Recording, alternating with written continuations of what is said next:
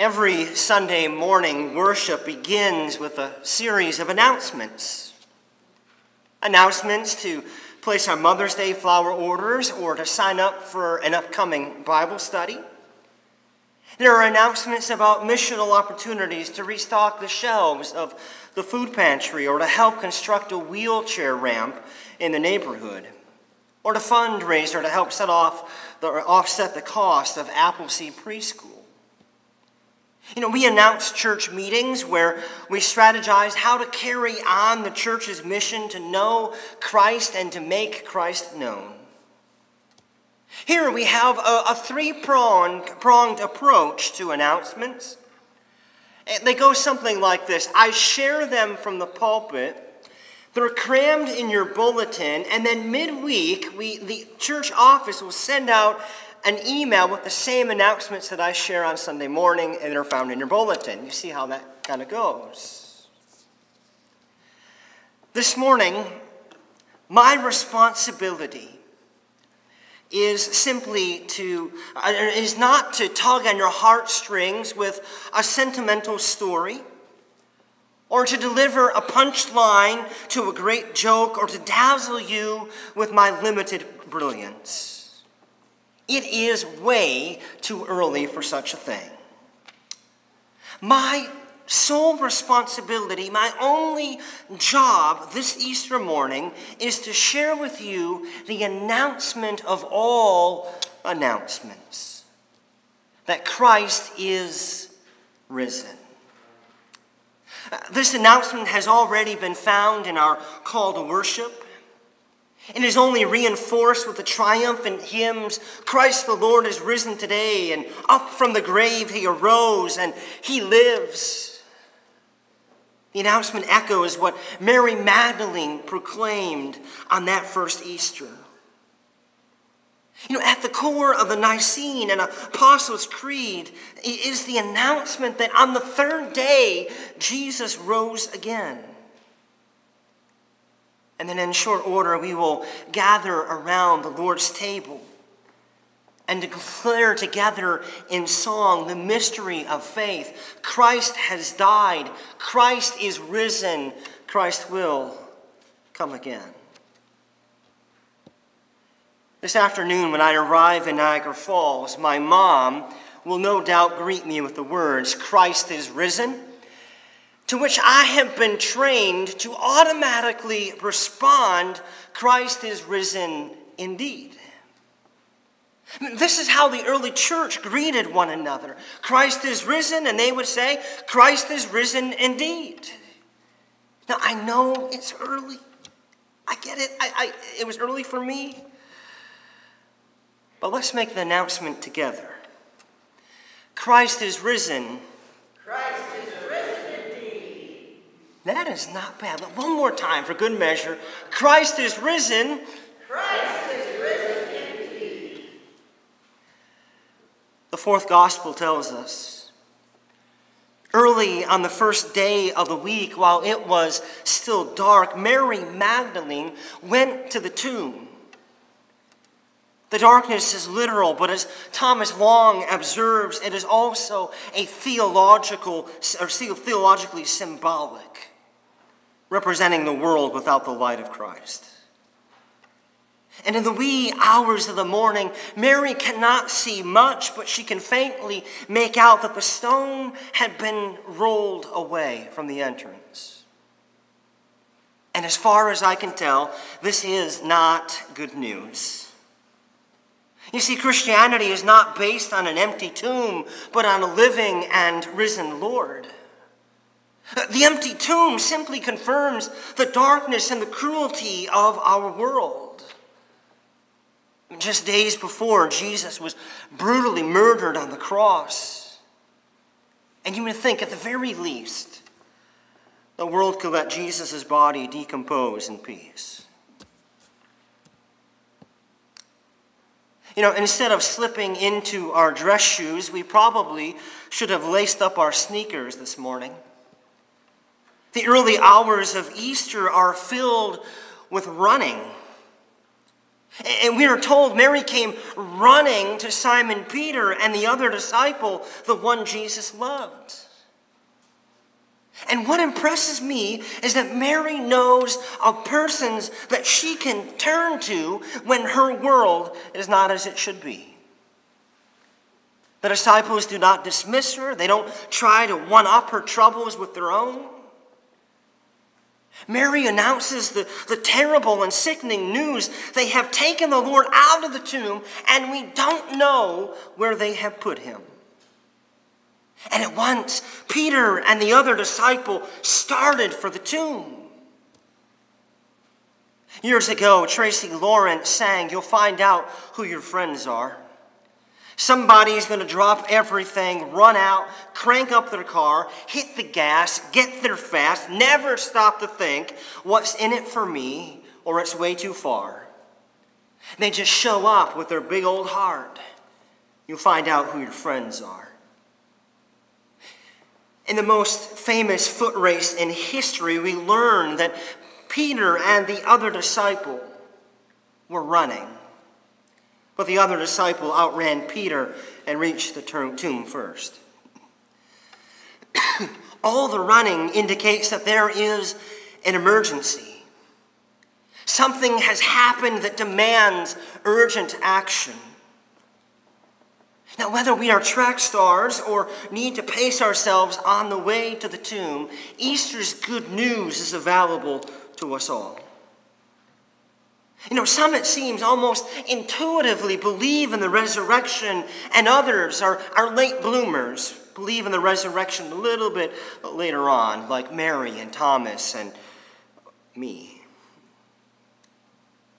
But notice there is a progression in what each person sees at the tomb. The next person that arrives is given just a little bit more to see than the person before them. All right, Mary just saw the stone had been removed from the entrance. The beloved disciple looked in at the strips of linen lying there.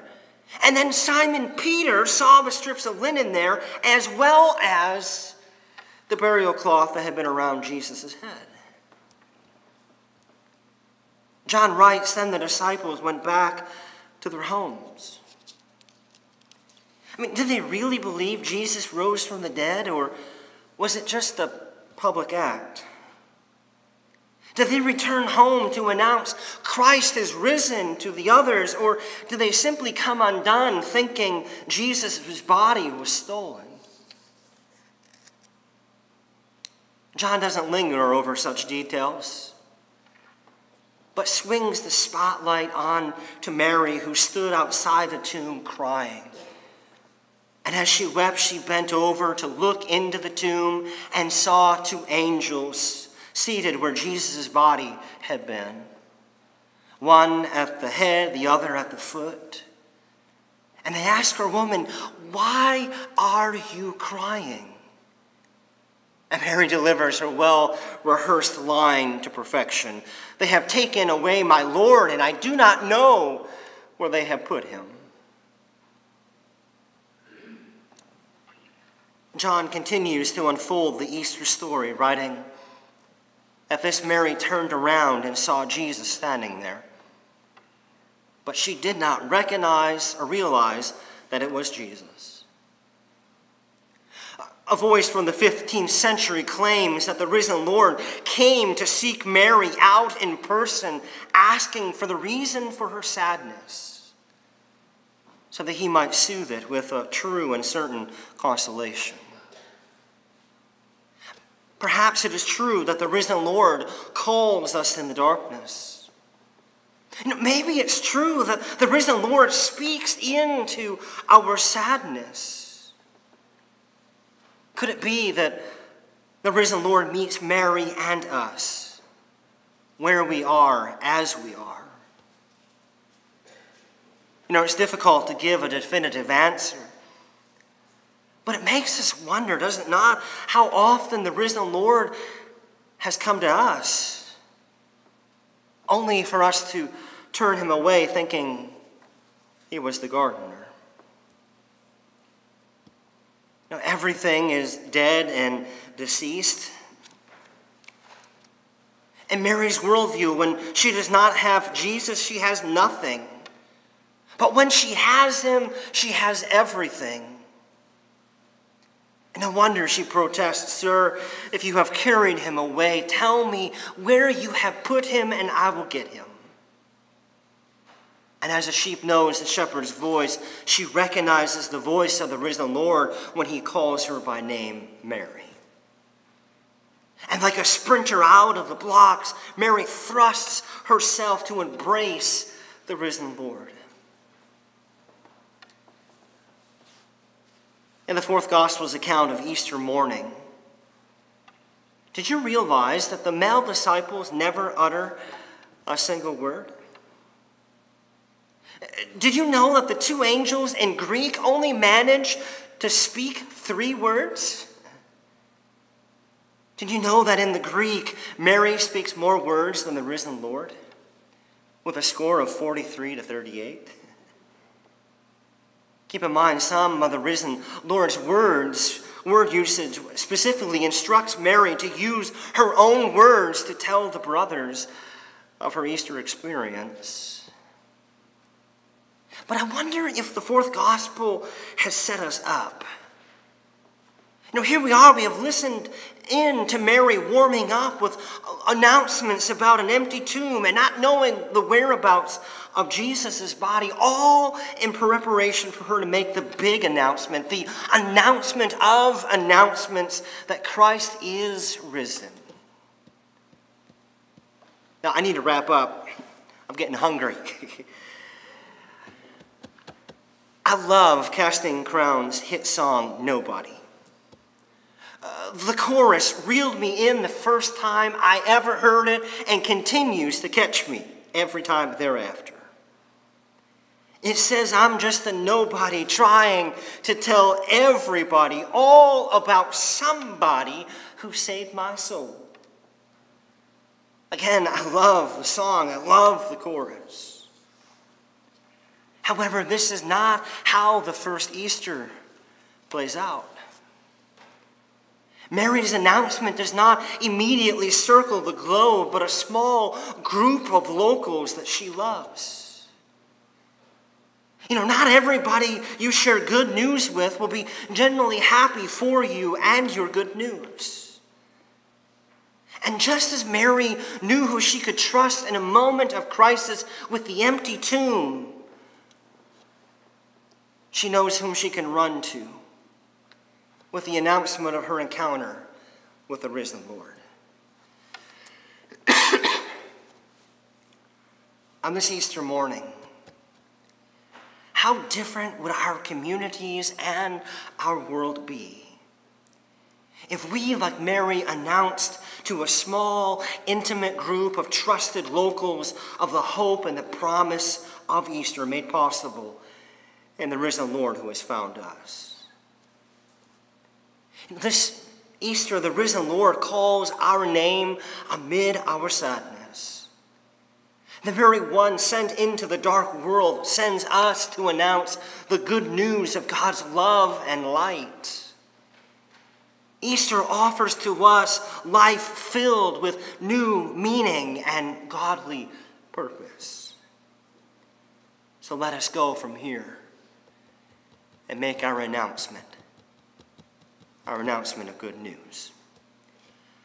I offer these words in the name of the Father, and the Son, and the Holy Spirit. And all God's people said,